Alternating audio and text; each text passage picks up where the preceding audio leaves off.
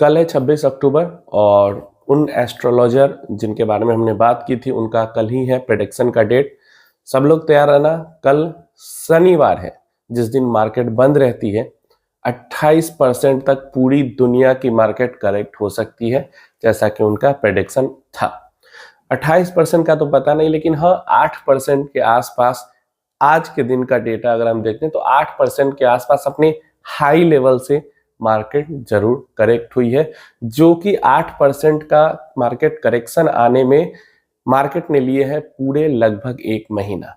26 of सितंबर के आसपास से मार्केट के अंदर में थोड़ी बहुत गिरावट ऊपर नीचे करके शुरू हुई और आज लगभग 25 अक्टूबर है तो एक महीने में लगभग 8% की गिरावट हुई है। और कितना गिर सकता है ऐसा अगर आप जानना चाहते हो तो देखो, आज जहां से मार्केट ने थोड़ी सी रिकवरी दिखाई है वो है 24,000 का निफ्टी का लेवल, जो कि 24,000 का एक मेजर सपोर्ट का लेवल है निफ्टी के लिए। अगर मार्केट को रिकवर करना है तो इसी पॉइंट से रिकवर करेगा, नहीं तो फिर 23,500 पे, 23,500 पे, 23,000 पे छोटे छोटे लेवल्स हैं, लेकिन 22,500 का जो लेवल है वो फिर एक स्ट्रॉन्ग सपोर्ट लेवल है। तो ठीक है, बाउंस बैक के लिए 23,500 पर से कर ले या 23 पर से कर ले, लेकिन स्ट्रॉन्ग जो सपोर्ट का लेवल आता है जहां पे ज्यादा बायर्स एक्टिव होते हैं वो एक ये 24,000 का लेवल है। इसके बाद नीचे 22,500 का लेवल है। अगर आप चार्ट देखते हो तो आपको दिख जाएगा, समझ में आ जाएगा। आज की जो इतनी सेलिंग हुई है, 1% लगभग निफ्टी गिरा है, मिड में तो लगभग 1.25% के आसपास पहुंच गया था, लेकिन क्लोज होते होते लगभग 1% से थोड़ा कम का गिरावट 0.90 का दिखा हमें। स्मॉल कैप के अंदर लगभग 2.5% के पास, मिड कैप के अंदर 1.5% के पास, माइक्रो कैप के अंदर भी 2.5%, तो अच्छी खासी सेलिंग यहाँ पे देखने को हमें मिली है। Small cap and micro cap indexes में हमें और ज्यादा हैवी सेलिंग देखने को मिली है। रीजन की बात करते हैं तो कुछ नहीं है रीजन, कहीं कोई एक्स्ट्रा कुछ हुआ ही नहीं है, ना दुनिया में कहीं कुछ हुआ है, मतलब इंडिया के बाहर कहीं कुछ ऐसा हुआ है जिसके कारण मार्केट के अंदर करेक्शन आए, और नहीं इंडिया के अंदर कुछ ऐसा हुआ है जिसके अंदर मार्केट के अंदर करेक्शन है। वैल्यूएशन वगैरह की बात तो हमेशा से चली रही है, अर्निंग्स खराब आ रहे हैं उनकी बात चली रही है, एक्सपेक्टेशन अर्निंग की खराब है वो भी पहले से चली रही है, तो नया कुछ मैटर यहाँ पे उखड़ा नहीं है, सब पुरानी ही बात है। तो प्योरली यहाँ पे आज की जो करेक्शन हुई है उसको प्योरली हम कह सकते हैं कि प्रॉफिट बुकिंग वाला ट्रिगर बेस्ड करेक्शन है, कि काफी सारे लोगों ने एक साथ आज सेल किया और थोड़ी सी भी मार्केट वीक दिखती है तो नॉर्मली जिनका मूड नहीं भी होता प्रॉफिट बुक करने का वो भी थोड़ा अपना प्रॉफिट निकाल लेते हैं, जो डायरेक्ट स्टॉक में इन्वेस्ट करते हैं। प्लस जो सेलर्स होते हैं वो अलग एक्टिव हो जाते हैं, उनको अपॉर्चुनिटी दिख जाती है। तो इस कारण से बिना कोई रीजन के कारण भी कभी कभी प्रॉफिट बुकिंग एंड ट्रेडर्स के कारण इस तरीके की वॉलिटिलिटी हमें देखने को मिलती है। तो जो लोग भी लमसम इन्वेस्ट करने की अपॉर्चुनिटी ढूंढ रहे थे उनके लिए एक गोल्डन अपॉर्चुनिटी जरूर इस महीने में बनी है, जो कि मुझे लगता है 2023 पूरा आप ढूंढ लोगे तो ऐसी अपॉर्चुनिटी नहीं मिली थी। लगभग जनवरी के महीने में जब अदानी वाला न्यूज आया था, हिंडनबर्ग वाला, उसके बाद पूरे 2023 में अपॉर्चुनिटी नहीं मिली, पूरे 2024 में अपॉर्चुनिटी नहीं मिली इस तरीके की। एक दिन में 4% गिरा, दूसरे दिन चढ़ गया, वो अलग चीज है, लेकिन धीरे धीरे करके एक महीने में जो मार्केट गिरा है और हर टाइम पे हर पॉइंट पे लोगों को इन्वेस्ट करने का मौका मिला है, अगर इसमें भी नहीं इन्वेस्ट कोई कर पाता है वो तो खुद उसकी गलती है। तो अच्छे तरीके से स्लोली मार्केट ने यहाँ पे अपने आप को करेक्ट किया है पूरा एक महीना मिलाकर। आगे की बात करते हैं तो ये अब ज्यादा अपॉर्चुनिटी मुझे उम्मीद है कि यहाँ पे नहीं मिलेगी। ज्यादा से ज्यादा मैंने बताया कि 22,500 का जो लेवल है वो मैक्स टू मैक्स लेवल है। हाँ, अगर कुछ अलग सा ही इवेंट बीच में क्रिएट हो जाता है तो अलग चीज है, तब तो करेक्शन नहीं उसको क्रैश कहेंगे जो होगा। लेकिन जहां तक करेक्शन की बात आती है, मैक्स टू मैक्स 22,500 के लेवल तक मैक्सिमम, रेयर केस सिनारियो में कह रहा हूं, नहीं तो 24,000 पर से इसको वापस जाना चाहिए, या 23,523 जो छोटे छोटे लेवल्स हैं वहां से वापस जाना चाहिए। 22,500 फिर से एक स्ट्रॉन्ग है, वहां तक मैं कह रहा हूं।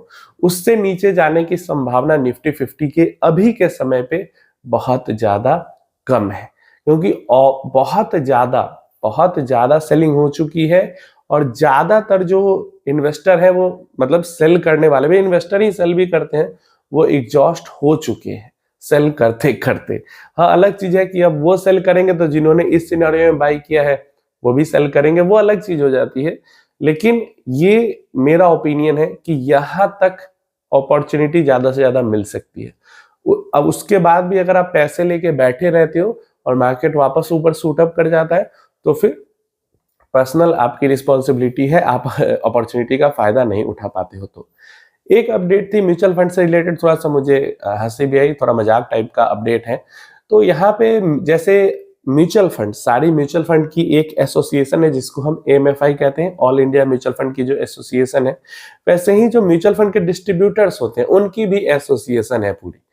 तो म्यूचुअल फंड के जो डिस्ट्रीब्यूटर्स की जो एसोसिएशन है, उन्होंने सारे म्यूचुअल फंड्स के जो बिग की पर्सन्स है उनके साथ मीटिंग करी और वहां पे उन्होंने एक प्रस्ताव रखा है डिस्ट्रीब्यूटर्स के एसोसिएशन ने कि सेबी का जहां जहां भी सेबी के पास, सेबी से ऐसी चर्चा की जाए, बात की जाए कि जहां जहां भी सेबी का जो सर्कुलर है जिसके कारण जहां जहां भी mutual fund distributor word use होता है तो डिस्ट्रीब्यूटर वर्ड को हटा के वहां पे एडवाइजर वर्ड यूज किया जाए। समझ रहे हो कि म्यूचुअल फंड डिस्ट्रीब्यूटर की जगह जो भी डिस्ट्रीब्यूटर्स हैं उनको म्यूचुअल फंड एडवाइजर कहा जाए। अब मुझे लगता है उन्होंने भी ये बात समझ, रिसेंटली ये बातें बहुत ज्यादा वायरल हो रही थी कि डिस्ट्रीब्यूटर और एडवाइजर अलग अलग होते हैं। सारे लोग डिस्ट्रीब्यूटर और एडवाइजर को, एक ही जो डिस्ट्रीब्यूटर है वो भी एडवाइजर बना घूमता है। तो लगता है ये बातें उनके कानों तक भी पहुंच गई एंड वो ये अब एक तरीके से मांग ही कर रहे हैं कि डिस्ट्रीब्यूटर वर्ड को हटा के एडवाइजर वर्ड लगाया जाए, चाहे क्वालिफिकेशन कुछ भी हो। जानते हो एक म्यूचुअल फंड डिस्ट्रीब्यूटर की क्वालिफिकेशन होती है, एक समझ लो आपको बस खुद पे भरोसा नहीं होता है, नहीं तो आपसे भी कम क्वालिफिकेशन म्यूचुअल फंड डिस्ट्रीब्यूटर की होती है। आप स्टडी मटेरियल देख लो, मतलब नॉर्मल बैकग्राउंड कुछ चेक नहीं होता इसमें, बैकग्राउंड कुछ भी हो सकता है आपका। आप आर्ट्स पढ़ के आके म्यूचुअल फंड डिस्ट्रीब्यूटर बन सकते हो, बैकग्राउंड आपका कुछ भी हो सकता है। आपको देखना है तो बस आप NISM की वेबसाइट पे जाओ और म्यूचुअल फंड का डिस्ट्रीब्यूटर का स्टडी मटेरियल देख लो, समझ में आ जाएगा आपको। जो वहां पे रटा रटाया उस स्टडी मटेरियल में वो पढ़ते हैं, बस वही आगे चिपकाते जाते हैं, बाकी बैकग्राउंड कुछ भी हो। तो इसलिए जो डिस्ट्रीब्यूटर है वो अच्छा एडवाइजर हो, वो कभी ऐसा मतलब इक्का दुक्का आपको मिलेगा कि म्यूचुअल फंड जो डिस्ट्रीब्यूटर है वो एक अच्छा एडवाइजर भी है, नहीं तो ज्यादातर म्यूचुअल फंड डिस्ट्रीब्यूटर सिर्फ डिस्ट्रीब्यूटर ही होते हैं, एडवाइजरी अच्छे से नहीं कर पाते, अच्छे से फाइनेंशियल प्लानिंग अपने क्लाइंट्स की नहीं कर पाते हैं। क्योंकि ना तो बहुत सारे ऐसे म्यूचुअल फंड डिस्ट्रीब्यूटर मिल जाएंगे जो खुद म्यूचुअल फंड के अंदर इन्वेस्ट नहीं करते हैं, बहुत सारे ऐसे। जैसे बहुत सारे आपको यूलिप बेचने वाले मिल जाएंगे जो खुद का पैसा तो यूलिप में नहीं लगाते लेकिन दूसरों का पैसा यूलिप में लगवाते रहते हैं, वैसे ही म्यूचुअल फंड डिस्ट्रीब्यूटर का भी काफी का ये हाल होता है। चलो कोई नहीं, अपडेट था थोड़ा सा, और कॉमेडी वाली चीज थी कि थोड़ा सा वैल्यू चाहिए, मतलब वजन होना चाहिए। म्यूचुअल फंड डिस्ट्रीब्यूटर थोड़ा हल्का हल्का लगता है, म्यूचुअल फंड एडवाइजर बोलेंगे तो वो ज्यादा अच्छा इंप्रेशन देगा। ऐसा ही कुछ मांग है डिस्ट्रीब्यूटर्स का आजकल। आप अपनी राय इसके बारे में नीचे कमेंट बॉक्स में जरूर दें।